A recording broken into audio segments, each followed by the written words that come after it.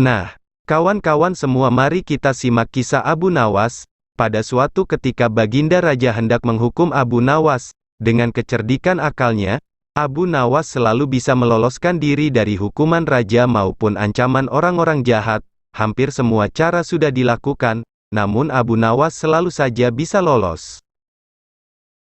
Kecerdikan Abu Nawas malah terkadang membuat sang raja harus menanggung malu karena berniat menjebak tapi malah dirinya dipermalukan. Hal itulah yang membuat Raja kapok menjebak Abu Nawas.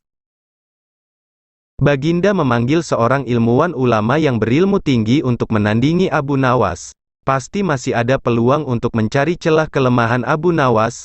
Menjebak pencuri harus dengan pencuri, begitu juga untuk menjebak ulama harus dengan ulama, ujar penasihat istana memberikan saran kepada raja. Mendengar itu raja pun tersenyum seolah menemukan cara yang jitu untuk menjebak Abu Nawas. Ia menyetujui usulan tersebut, lalu menyuruh penggawa istana mencari ulama ilmuwan yang berilmu tinggi. Setelah ulama berilmu tinggi berhasil ditemukan, raja menanyakan cara terbaik untuk menjerat Abu Nawas. Ulama itu memberitahu cara-cara yang paling jitu kepada raja. Dia pun manggut-manggut setuju. Ulama andalan raja itu mulai mengadakan persiapan seperlunya untuk memberikan pukulan fatal kepada Abu Nawas. Siasat pun dijalankan sesuai rencana. Abu Nawas terjebak ke pangkuan siasat sang ulama. Abu Nawas melakukan kesalahan yang bisa membawanya ke tiang gantungan atau hukuman pancung. Sementara raja benar-benar menikmati kemenangannya. Belum pernah ia terlihat seceria sekarang ini.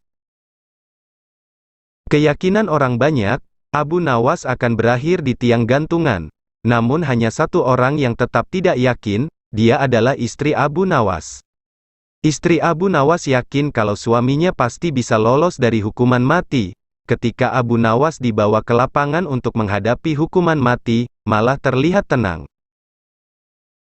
Raja tahu bahwa ketenangan yang ditampilkan Abu Nawas hanyalah bagian dari tipu dayanya. Tetapi raja telah bersumpah pada diri sendiri bahwa beliau tidak akan terkecoh untuk kedua kalinya. Hai Abu Nawas, adakah permintaan terakhir yang ingin kau sampaikan? Tanya raja, dan pertanyaan inilah yang paling dinanti-nantikan oleh Abu Nawas. Ada paduka yang mulia, jawab Abu Nawas singkat. Sebutkan, ucap raja.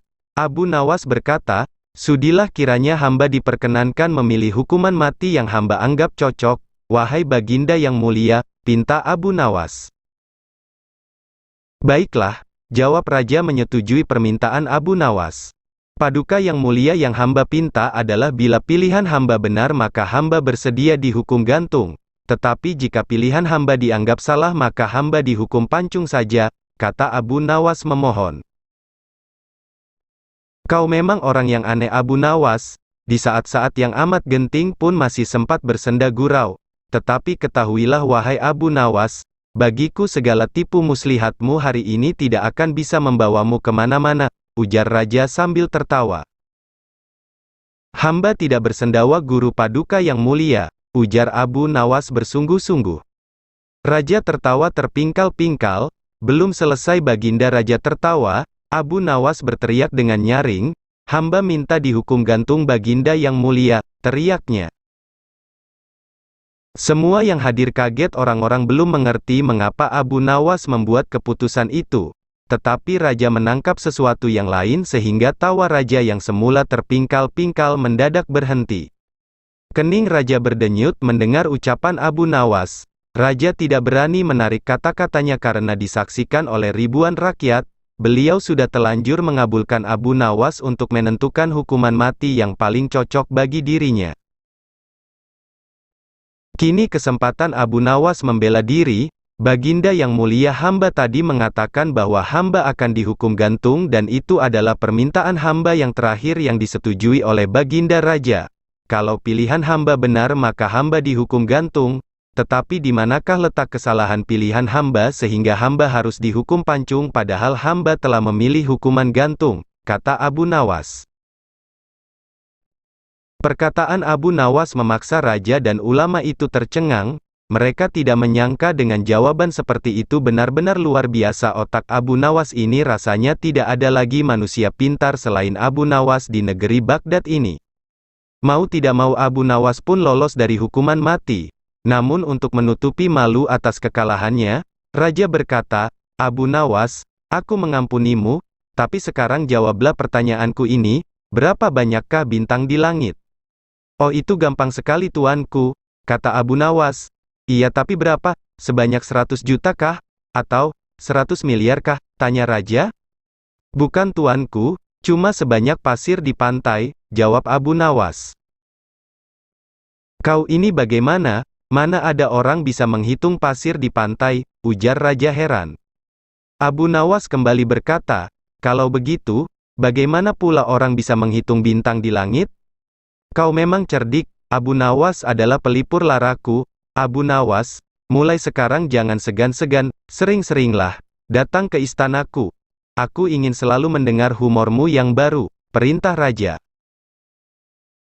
"Siap Baginda," kata Abu Nawas. Lalu raja memerintahkan bendahara istana untuk memberikan sekantong uang kepada Abu Nawas, si manusia terlucu di negerinya itu. Nah, kawan-kawan semua, beginilah kecerdikan Abu Nawas dalam melewati segala masalah. Selalu mempergunakan otaknya untuk berpikir, agar lepas dari jebakan raja. Mungkin hanya ini saja kisah inspirasi Abu Nawas hari ini, maka kawan-kawan semua, jangan lupa subscribe channel ini, dan tekan loncengnya, supaya mudah mendapatkan sejarah populer Abu Nawas, dan kisah islami lainnya, agar bertambahnya ilmu pengetahuan kita. Admin pamit dulu, sampai jumpa kembali.